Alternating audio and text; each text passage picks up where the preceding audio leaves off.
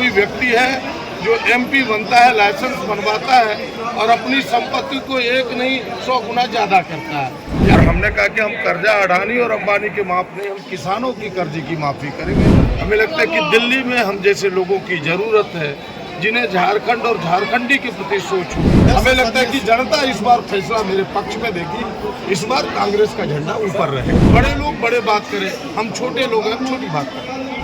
देखिए, बाबा के दरबार में हाजिरी तो हम सब लगातार लगाते रहे हैं। इस बार भी आए, कोई आप नए काम की शुरुआत करते हैं तो जो हमारी सभ्यता है, संस्कृति है, जो धार्मिक भावनाओं से हम सब ओतप्रोत हैं, तो बाबा के दरबार में आते हैं हाजिरी बजाने। आप सब जान रहे कि अभी इंडिया गठबंधन ने हमें प्रत्याशी बनाया है इस क्षेत्र से।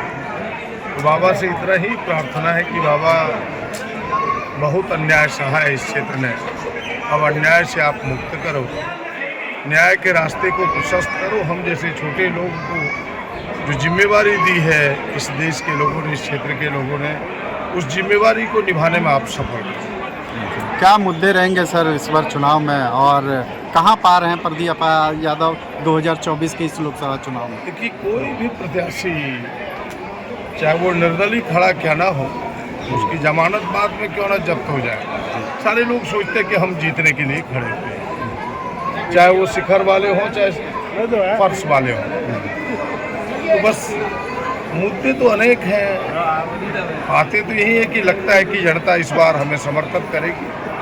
और मुद्दे राष्ट्रीय स्तर पर भी है, स्थानीय स्तर पर भी है। राष्ट्रीय स्तर के मुद्दे हैं रोजगार कि कैसे दे लोगों को, जो बेरोजगारी एक बड़ा मुद्दा है, महंगाई बड़ा मुद्दा है।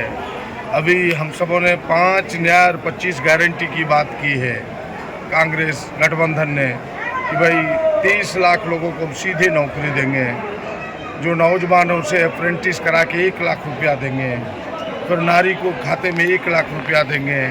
और हमने कहा कि हम कर्जा अडानी और अंबानी के माफ नहीं, हम किसानों की कर्जे की माफ़ी करेंगे। तो और फिर जिसकी जितनी हिस्सेदारी समाज में है उसकी उतनी भागीदारी देने का यह जो प्रयास है, हमें लगता है ये राष्ट्रीय मुद्दे हैं। लेकिन स्थानीय तौर पर जो आप सबको पता है कि राज्य की राजनीतिक फलक पर जनता के लिए मैं 25 सालों से लगातार लड़ता रहा हूँ। लोगों का आशीर्वाद भी रहा कि हम लगातार एमएलए रहे हैं। लेकिन कुछ मुद्दे हैं जो झारखंड के हित में है, जो मुद्दे आज अनसुलझे हुए हैं, लंबित है, भारत सरकार ने उसे अनदेखी किया है। इन 14 सांसदों ने 10-15 साल में कभी एक बार उठाया तक नहीं। हमें लगता है झारखंड की हिस्सेदारी, झारखंड की आरक्षण की समस्या, झारखंड के सरना धर्म की समस्या कई है, झारखंड के रेलवे के विकास, कई चीज़ें हैं जिन मुद्दों पर हमें लगता है कि चुप्पी लोगों ने साधा है। ज़रूरत है राष्ट्रीय फलक पर इन मुद्दों को जोरदार तरीके से उठाने का। हमें लगता है कि दिल्ली में हम जैसे लोगों की ज़रूरत है जिन्हें झारखंड और झारखंडी के प्रति सोच हो, झारखंड का दर्द हो, इस दर्द को जोरदार तरीके से बयां करने की जरूरत है। ये हमारे मुद्दे हैं। इस बार में कल प्रेस कॉन्फ्रेंस में उन्होंने कहा इस बार प्रदीप यादव को 6 लाख वोट से हराया है। क्या वो बड़े लोग हैं, बड़े लोगों की बड़ी बात, हमारे यहाँ एक कहावत है, बड़े लोगों की बड़ी बात गप चले आधारा। ये गप सप उनका होता रहेगा। बड़े लोग हैं, वो हवाई जहाज पर उड़ने वाले लोग हैं, हम जमीन पर चलने वाले लोग हैं। वो तो कहते हैं कि हम प्रचार नहीं करेंगे, लेकिन आज देखिए मूढ़ी घुगनी खाने के लिए उनको गंगटी जाना पड़ा। देवघर में नहीं मिला उनको मूढ़ी घुगनी, चाहे उनको देवघर में नहीं मिला, गंगटी जाना पड़ा गाँव में।